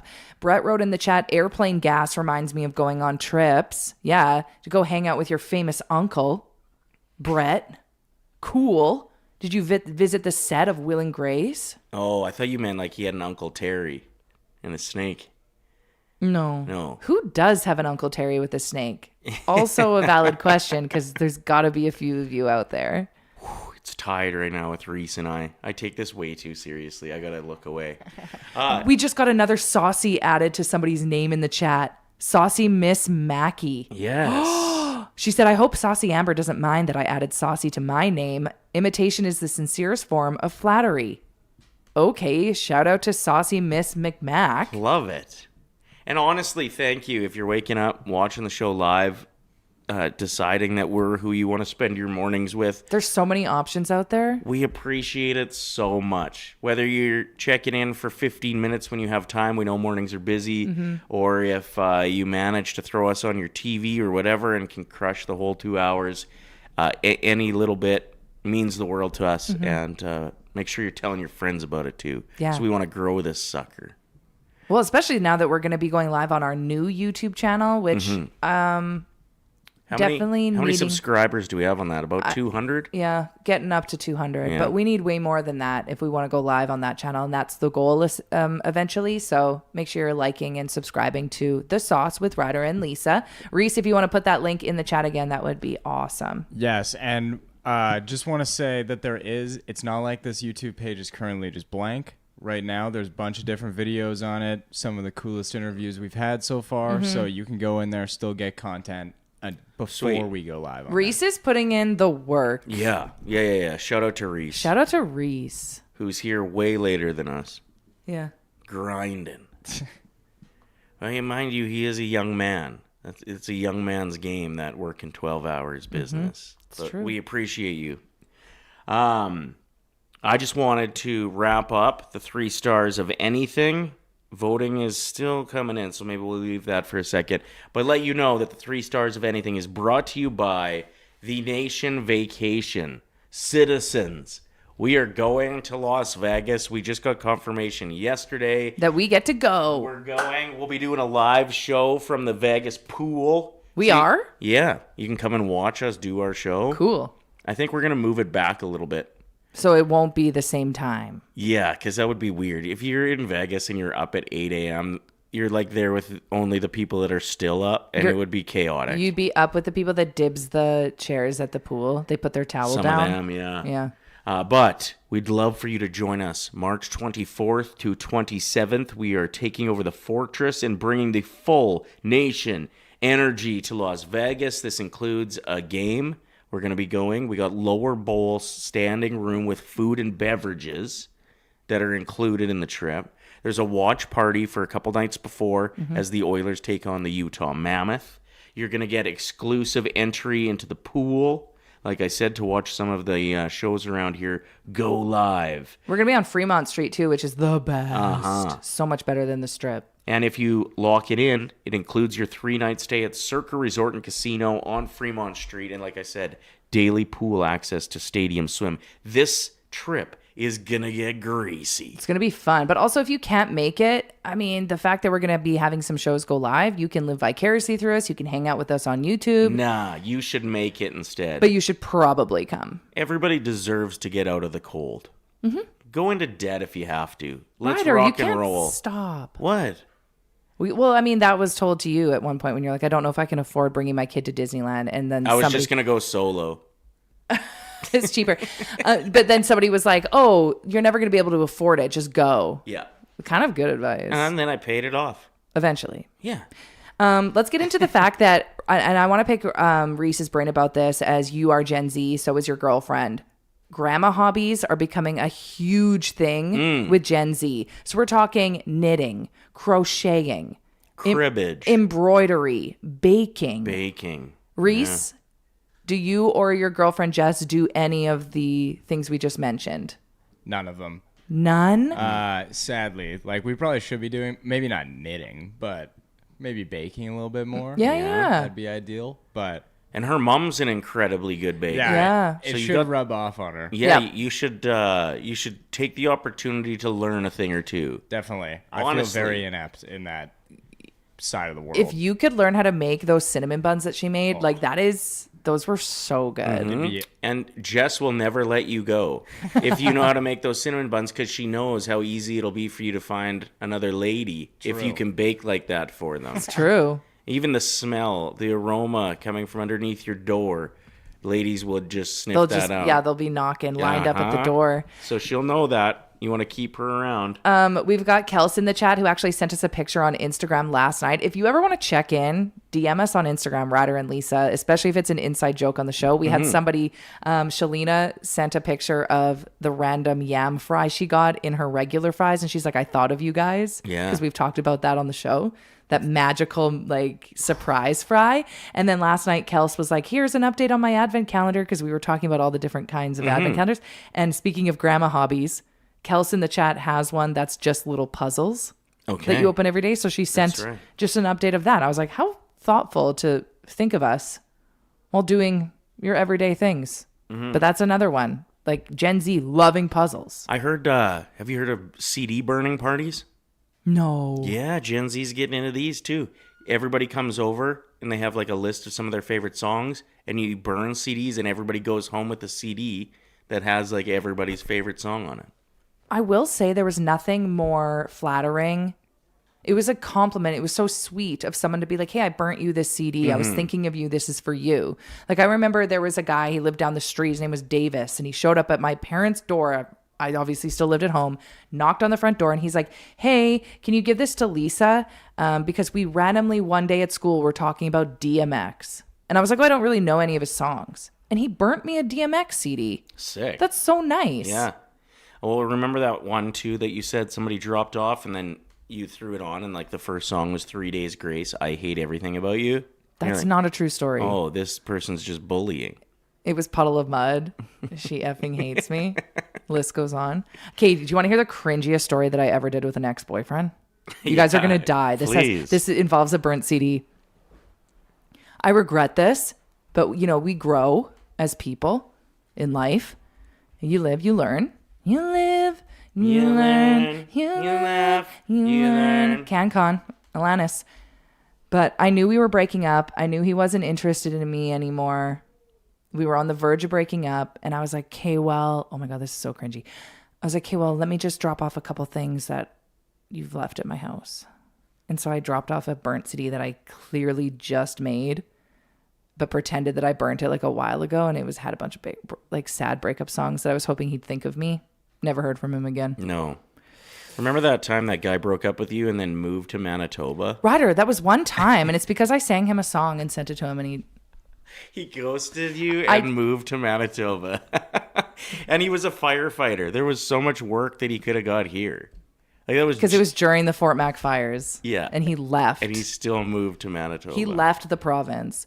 Because I sang a song. It was You and I, Lady Gaga, but I changed the lyrics to My Manitoba. It was bad. I was a really cringy girlfriend. I'm sorry, you changed the lyrics to... Oh, so he moved back to Manitoba. He moved back. He was from there originally. Mm-hmm. That's not as bad then. Because if he was from here and he just moved to Manitoba to get away from you... He didn't move because of me. It was just bad timing. If you ever broke up with me, I'd have to move to Manitoba. Nobody can see your face. Are you acting sad or are you falling asleep? Because I couldn't handle being that close to you, girl. It's because you can smell my Hawaiian ginger.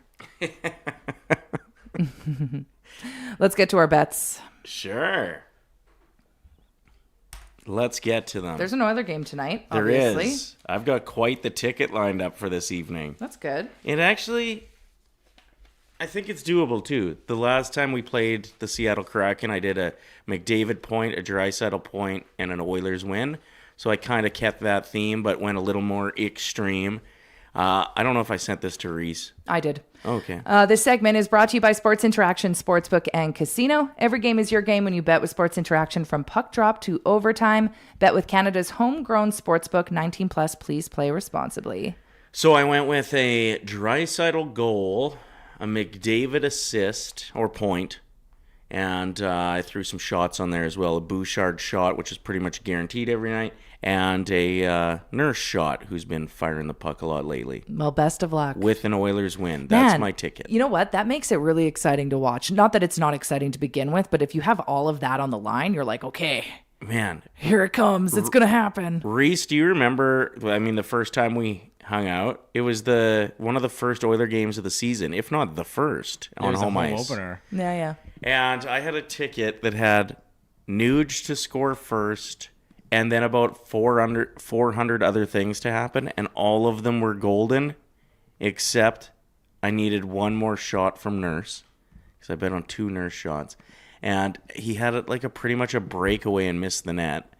I was losing it. And then the Oilers ended up losing to the Flames in a shootout anyway. Yeah, but still, it makes it more fun to watch. Yeah. It truly does. Mine is pretty simple tonight with Thursday night football. Lions to beat the Cowboys. I mean, it's a must-win for the Cowboys, but I'm going Lions. And the Cowboys have looked good, too. I know, but I'm still going to go with the Lions. Yeah, I think the Lions probably have the edge there. See what happens. Every game is your game, and you bet with Sports Interaction. Get in on the action with parlay boosts, live betting, and easy deposits and payouts. Bet now at sportsinteraction.com/OilersNation. 19 plus. Please play responsibly. I'm getting called out in the chat for having 19,000 sheets of paper. Listen, I can see my laptop on Bagged Milk's desk. I saw it in there. Mm-hmm. But I'm not going to ask for it. I'm going to wait for it to be handed to me. Yeah, I don't want to be pushy. You can't go grabbing laptops of other people's. No. You never know what's going to be in there. It has my name on it, so I know it's for me. We'll get there. We won't have to do this like old school news broadcaster trying to find their notes. Eventually, these will not be here. I promise. Looking at the top 3 nostalgic smells from childhood. Who's winning? Reese got it done. 43%. I was at 39%. I made it close. What about me? Did I screw everything up with my moldy basement? Yeah, you got 18% of the votes. That's a terrible performance. I had smelly markers, thank you very much. So congratulations to Reese, who is the first winner of a race to 10. Nice work. So we will be launching the race to 5 tomorrow with a wager, if you don't mind. I'm in. Yeah, we're going to be doing some weird stuff around here, young man. That's the weirdest. Never say that sentence ever again. Never going to say that again. Holy crap. Diddy. Stop. Oh, by the way, I started watching the Diddy documentary. Yeah. And it's pretty messed up. Mm-hmm. I bet. I'm 1.5 episodes in. And the theories that are getting dropped about what Diddy was involved with. Yeah. Really, hey? Biggie versus Tupac. No like, there's kidding, some yeah. serious allegations. It's intense. There was a lot of Diddy content last night at the Chapelle show. Was there? Yeah, there was one joke specifically that is so damn funny when you think about it. I think it was, I'm going to butcher this, but he was talking about, not Chapelle, Donnell, was talking about how Diddy was found with 1,000 bottles of baby oil. Mm-hmm. And he's like, I still have 1 bottle of baby oil from 1993 in my cupboard. It's true. With a pink top and the stickers off. I don't know how to finish it now that I don't have a baby. How So does it's just there. How does the label not fall off with how oily it gets too? It's like still kind of holding on for dear life. It's like a little bit stained. And I remember finding out that it's like a great option to use if you're shaving your legs. I almost died in the shower. Do you know how slippery that stuff is on the ground of a Right? shower or bathtub? Yeah. Yeah, be careful. You have to be careful. Diddy must have had some pretty wild wipeouts. Some pretty bad, yeah, like needing stitches. Yeah. If you ever saw him with a sling, it was probably the baby oil. Anyway, I got to watch that show. Sounds like it's interesting. Yeah, CBB in the chat said Diddy already is suing Netflix to get it removed, so you got to hurry to watch, because at the very beginning of the first episode, it's actually a videographer that he hired to follow him around days before his sentencing, and they obtained that footage for this documentary. So it's actually Diddy's footage. Yeah, it's pretty intense. Diddy? You're damn right he did. That was one of the other jokes from last night. Okay, is that it for the day or what? That's all I've got. We calling her? Let's just check in with the chat. And what we learned today, we still got to do. Mr. Burns 91, QF Pro 21. We got Tracy in the chat. You guys are hilarious this morning. Thank you so much. Saucy Amber. We got Justin, Devin. Who else is hanging out with us? Lance, as usual. We just love you so much. Kels, Boxer. Scrolling back. Jess is in the chat. Saucy Stu Skinner. I'm sorry. Scoo Skinner. You want to try that again? I'm sorry. Scoo 3, 2, 1. I'm sorry. Scoo Skinner? Nope. What is happening with you right now? Stu Skinner changed his name in the chat to Saucy Stu Skinner. That's incredible work. Mandy has checked in with us. Who did? Sorry? Scoo. Yeah. What are you doing? I don't know. Let's try again. No, I don't think we should. Scoo Skinner. No! This is gonna be bad. This will forever be how I say his name. This is what happens to me. I screw it up once, and then it's screwed up for the rest of time. Like you with the state that you can never pronounce right. And the Javel. Yeah, massive two shits. There it is. Okay, what did we learn today? Let's get into it. We've got a song for this, an intro song. Yeah, we do. Fire it up. It wasn't all that much, but let's recap anyway. Now it's time to hear what we learned today. It wasn't very much, but let's recap anyway. Well, I learned some important lessons today. One is let's never get Lisa to try to say the Oilers goalie's name ever again. Either of them. Yeah, it's both of them now. Because you always say Picard. I say Picard. And Scoo Skinner. You were a huge Star Trek fan, though. No, I wasn't. He was one of the characters. Was he? Yeah. I didn't know Captain Picard. I didn't know you were such a big fan of that show. Everybody knew that. Okay. Except for Reese, probably. Because that was Star Trek from like the 90s. Mm-hmm. But yeah, Captain Luke Picard. Luke, I am your father. Oh, that's Star Wars. Oh my God. Kidding. We're Just gonna have really to listen. actually delete this. No. episode. I did that. That was a joke. I actually know that's from Star Wars, but I wanted to rile up the Star Wars fans. Did it work? Yes or no? What did you learn today? Peace be with you. What is it? May the.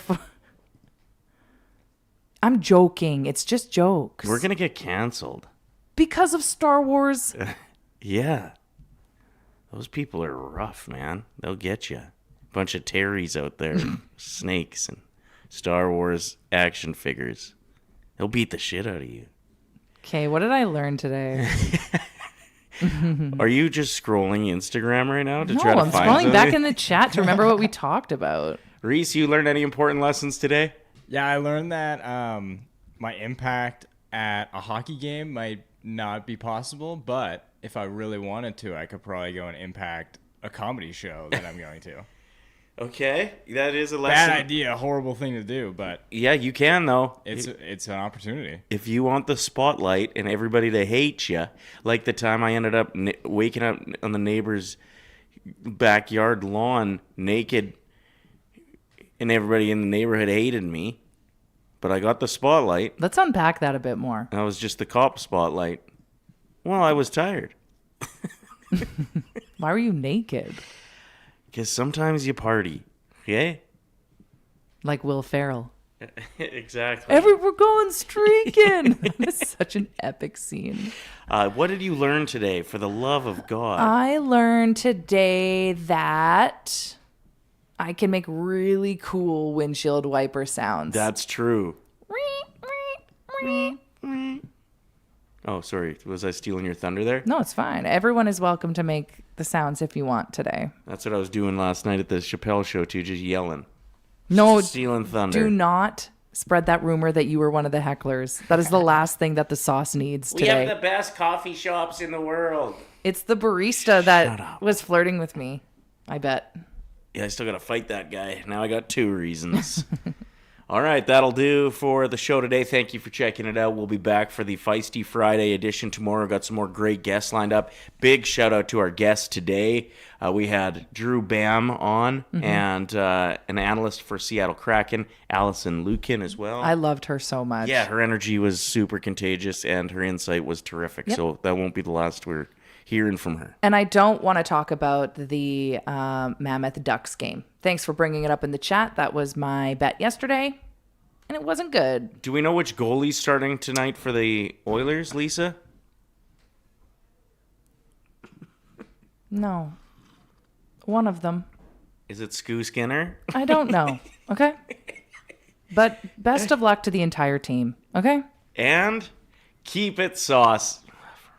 What? Actually, I have one more thing that I want to add. Please. Sure. Our flagship YouTube channel, the Nation Network, has just launched their channel as well. What is happening? Yeah, not a big deal. We're popping off right now, but We're expanding. basically anything that's going on across the Nation Network that's like need to know or big guests coming on any show will be on the Nation Network YouTube. Oh, sweet. So go hit the subscribe button on there. It might be a little bit more sports centric That's than cool. That's the fine. sauce, but yeah, feel free. Wait a give it minute. shot. These are like teasing upcoming guests, or it's like past interviews? It'll be past interviews, and then they'll also have like live shows they'll do on that YouTube channel as Cool. well. So yeah, totally worth a subscribe. Okay, well, there's definitely going to be some sauce clips on there because guess who I lined up for the show? Who? Gene Principe. Hell yeah, we got Gino coming on. Let's go. Let's go. I don't know when. I'm waiting for him to respond. He's going to have But some we're in contact. puns for us. It's going to be so punny around here. Uh-huh. Anyway, stay saucy. Saucy. Thanks for watching this video. If you enjoyed it, like it, hype it, and share it with your friends. And to not miss any of our content, make sure you're subscribing to the Oilers Nation YouTube channel. Freaking